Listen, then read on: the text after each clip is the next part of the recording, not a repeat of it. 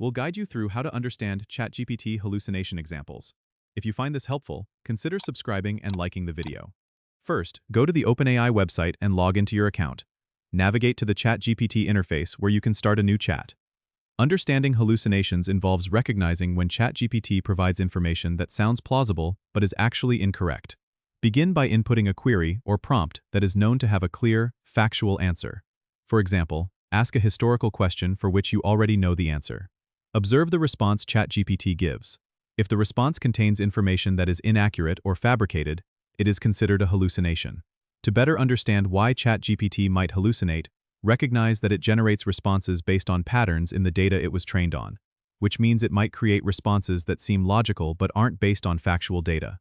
To verify and understand hallucinations, cross-reference the information provided by ChatGPT with reliable sources like verified databases or trusted websites. This will help you confirm the accuracy of the response. Additionally, using specific prompts and providing context can sometimes reduce the likelihood of hallucinations. If you encounter repeated inaccuracies, consider reporting the issue through OpenAI's feedback system as they continually work on improving the model's accuracy. Don't forget to subscribe and comment if this helped you out.